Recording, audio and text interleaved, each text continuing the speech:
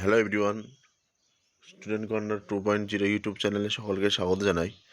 আজকে তোমাদের সঙ্গে সপ্তম শ্রেণীর দ্বিতীয় পর্যায়ক্রমিক মূল্যায়ন ইতিহাসের প্রশ্নপত্র নিয়ে আলোচনা করব। তোমাদের পরীক্ষা হবে 50 নম্বর আর সময় থাকবে 1 ঘন্টা 40 মিনিট।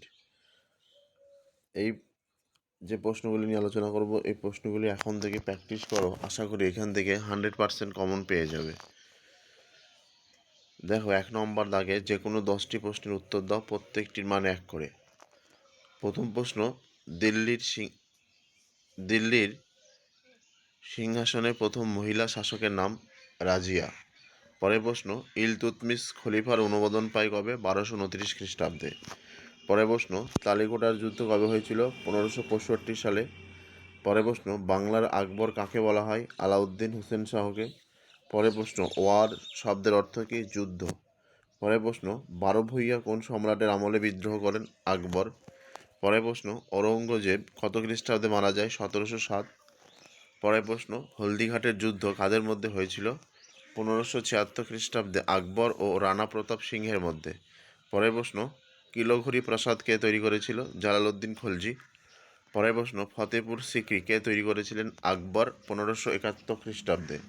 পরের প্রশ্ন, বিজয়নগর রাজ্য কে প্রতিষ্ঠা করে? হরিহর বুক্কু। পরের প্রশ্ন, কৃষ্ণদেব রায় কোন বংশের রাজা ছিলেন? তুলব বংশের। পরের প্রশ্ন দেখো, ঘরঘরা যুদ্ধ কবে হয়? 1529 খ্রিস্টাব্দে। এবার শূন্যস্থান পূরণ করো। 5টি প্রশ্নের উত্তর, প্রত্যেকটির মান 1 করে। বাবর পাদশাহ উপাধি ধারণ করে 1507। চোষার যুদ্ধ হয়েছিল 1539 খ্রিস্টাব্দে। ওয়াতন কথাটির অর্থ হলো স্বদেশ। কোটলা কথার অর্থ দুর্গ। বিজয়নগরের রাজধানীর নাম হাম্পি। মামেলুক শব্দটির অর্থ কী? দাস। এবার দেখো, 3 নম্বর দাগে নিচের প্রশ্নগুলির উত্তর দাও, যে কোনো 5টি, প্রত্যেকটির মান 2 করে। প্রথম প্রশ্ন, খুতবা বলতে কী বোঝায়? খুতবা শব্দের অর্থ ভাষণ। শুক্রবার দুপুরে নামাজের পর মসজিদের ইমাম খুতবা পড়ে থাকেন।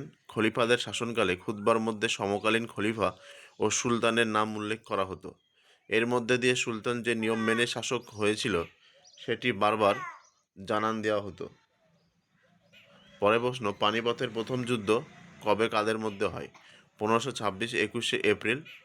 বাবর আর ইব্রাহিম লোদির মধ্যে হয়েছিল, কিন্তু এখানে দেওয়া হয়নি, শুধু 1526 21শে এপ্রিল লেখা আছে, তোমরা এটা ঠিক করে নিও। পরের প্রশ্ন, ইকতা কি? ইকতা হলো দিল্লির সুলতানদের জয় করার রাজ্যগুলিকে এক একটি প্রদেশ হিসাবে ধরা হতো। এই প্রদেশগুলিকে বলা হতো ইকতা। ইকতাগুলি ছোট ও বড় 2 ভাগে ভাগ করা হতো। একডালা দুর্গ কি? একডালা ছিল একটি দুর্ভেদ্য দুর্গ। গঙ্গার দুই শাখা নদী চিরামতি এবং বালিয়া দুর্গটিকে ঘিরে রেখেছিল। এই দুর্গটি গৌড় থেকে খুব একটি দূরে ছিল না। ফিরোজ শাহ তুগলক পাণ্ডু আক্রমণ করলে ইলিয়াস শাহ এই দুর্গে আশ্রয় নেয়। পরের প্রশ্ন, জাপ্তি কি? জাপ্তি হলো খলজি শাসক আলাউদ্দিন খলজির আমল থেকে রাজস্বের পরিমাণ নির্ধারণ করার জন্য জমি মাপা বা জমি জরিপের ব্যবস্থা ছিল। আকবর নতুন করে জমি জরিপ করান। জমি জরিপের ভিত্তিতে রাজস্ব নির্ধারণ করার পদ্ধতিকে বলা হয় জাপ্তি। দহশালা ব্যবস্থা বলতে কী বোঝায়? আকবরের আমলে প্রবর্তিত আগের 10 বছরের জমি বিষয়ক তথ্যের ভিত্তিতে আদায় করার রাজস্ব ব্যবস্থাকে বলা হয় দহশালা ব্যবস্থা। এবার দেখো, 3 নম্বরের প্রশ্ন, যে কোনো 3টে লিখতে হবে, প্রত্যেকটির মান 3 করে। প্রথম প্রশ্ন, সুলহ ই কুল কি? উত্তরটা দেখে নাও। বহু ধর্ম সমন্বিত সুবিশাল ভারতবর্ষে সাম্রাজ্য গঠন ও তার স্থায়িত্ব রক্ষার জন্য আকবর সুলহ ই কুল নীতি গ্রহণ করেন। সুলহ ই কুল এর অর্থ হলো পরধর্ম সহিষ্ণুতা। এই নীতি অনুযায়ী যে কোনো ধর্মের মানুষই স্বাধীনভাবে নিজ নিজ ধর্মাচরণ করতে পারবেন। রাষ্ট্র কারো প্রতি পক্ষপাত করবে না। এবার মনসবদারি ব্যবস্থা বলতে কী বোঝায়? মনসব কথার অর্থ হলো পদমর্যাদা, সরকারি পদমর্যাদা। এই পদমর্যাদার অধিকারীগণ ছিলেন মনসবদার। মনসবদারদের নগদে অথবা রাজস্ব বরাত দেওয়ার মাধ্যমে বেতন দেওয়া হতো। নিজের বেতন থেকে মনসবদাররা নিজেদের অধীনের সেনাবাহিনীর খরচ চালাতেন। সেনা সংখ্য অধীনস্থ ঘোড়ার সংখ্যার ভিত্তিতে মনসবদারি ব্যবস্থা বিভক্ত ছিল। কুবুলিয়ত ও পাট্টা কি?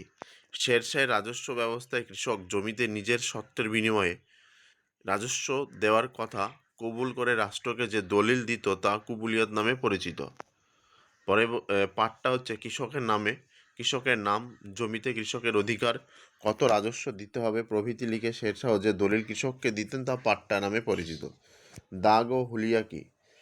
প্রকৃতপক্ষে সুলতান আলাউদ্দিন খলজির আমলে সেনাবাহিনীতে দুর্নীতি বন্ধ করার জন্য দাগ ও হুলিয়া প্রথা চালু করেন। সেনাবাহিনীতে ঘোড়াকে চিহ্নিত করার ব্যবস্থাকে দাগ, আর সৈনিকদের পরিচয় ও দৈহিক বর্ণনা নথি রাখার ব্যবস্থাকে হুলিয়া। উলাক ও দাওয়া কি?